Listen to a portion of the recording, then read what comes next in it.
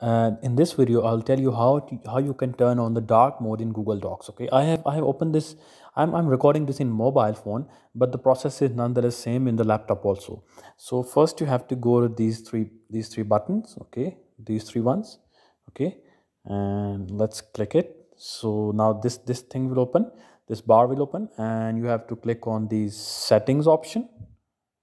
Let's go there. Here, and now you can see that there's an option of themes. Okay, and here it will give you an option as to what theme do you want. Okay, and when we click it, it will give us an option.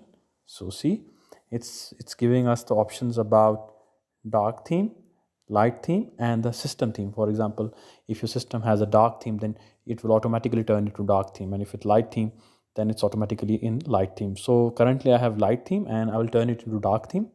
So here you go. I hope this video helped. For more videos, do subscribe. Thanks for watching.